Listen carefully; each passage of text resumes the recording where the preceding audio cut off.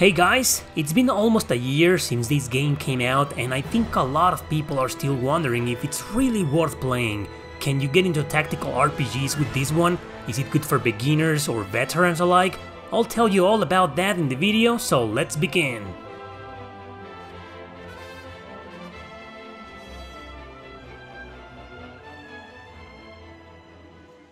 Triangle Strategy sure was a very anticipated game, as people thought mainstream strategy RPGs would make a comeback. Well, they did, so I think this game accomplished what it set out to do, and if you've been following my channel for a while or since this game came out, you probably already noticed I absolutely loved it. I think it's a masterpiece, really worth playing. But is it worth it for you?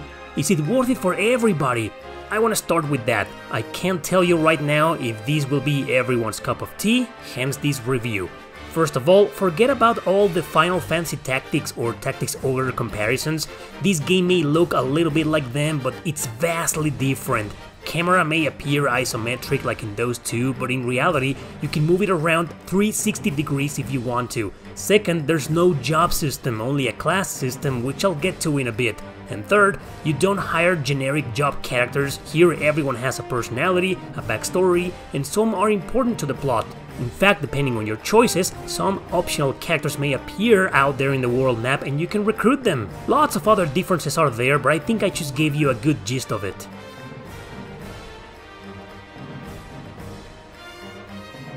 Triangle Strategy tells the story of a reclusive continent that hasn't seen the ocean in ages. No one knows what's beyond it, so resources are very limited. One such resource, ironically, is salt, and a war is about to break out because everyone wants to control its distribution. Yeah, that's pretty much a big FU to the USA if you catch my drift. Serenoa is from a renowned and powerful house. He's the main character about to marry Frederica from yet another house.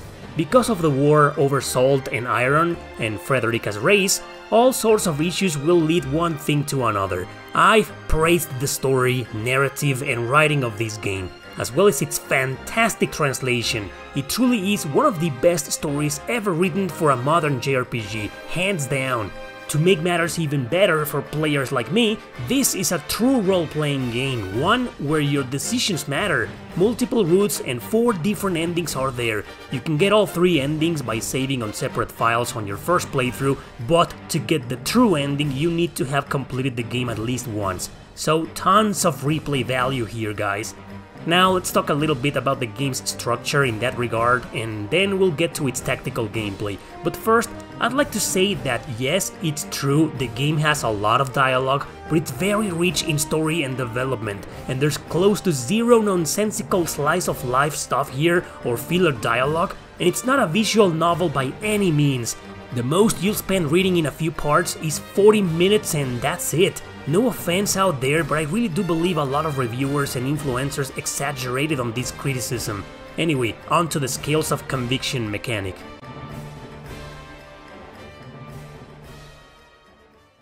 Every time the game reaches a major decision point, it has to be taken by all 8 protagonists. No, even though this game also has HD 2D graphics and has the same producer, it holds no relationship with Octopath Traveler. So your characters will have different points of view on every subject. It's up to you to decide first which route you want to take and then convince everybody else that your decision is best. During persuasion, a set of arguments will appear and you can select between them or even add one more if you perform an investigation before. To do that, you find clues or talk to people in town or wherever you are during this scales of conviction point. If your arguments are really poor, then a character might leave, but I never saw anyone do that during my playthrough. Once you have presented all your arguments, it'll be voting time. You'll know then how many of your allies you actually convinced. If the majority doesn't vote for your decision, however, then you'll go to a different route than planned, so be prepared for that. Now, I don't know about you, but I thought this feature was awesome and added way more weight and spice to both your decisions and the routes. Phenomenal idea in my opinion.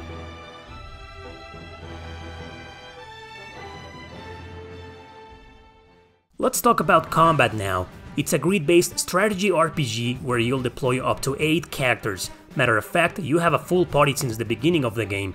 Everyone has regular attacks and skills that use points. One thing here is the tactical points that you need for those skills. Everyone needs a few turns to be able to use them once, and then more turns to use them again or use others. I'll be honest, I wasn't the biggest fan of this little feature.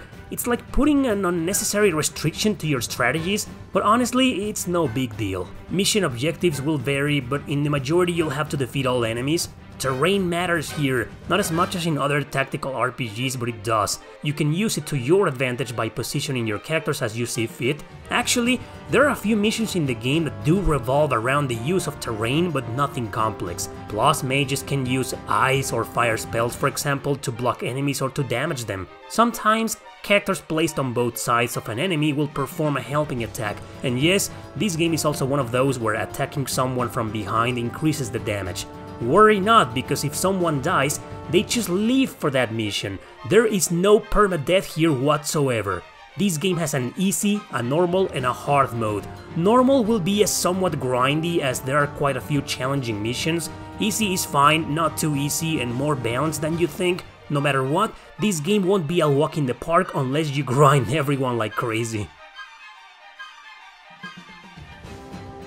Remember when I mentioned there's no job system but instead a class system? Characters only have one class the entire game, and with points earned after leveling up, they can increase stats or unlock skills. Eventually they'll class up to be more powerful through the weapon ranking system, which is basically that, a class system. However, you also need materials to unlock these stats and abilities. Some you'll get from treasure chests, others by buying them at your camp.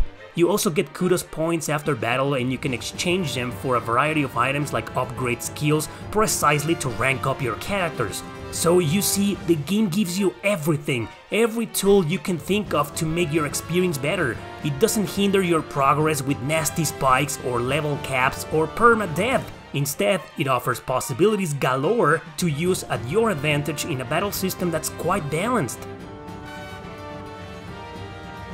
Finally, I suggest you play this game with the Japanese dub. I personally found the English dub to be kinda dull and boring with most characters.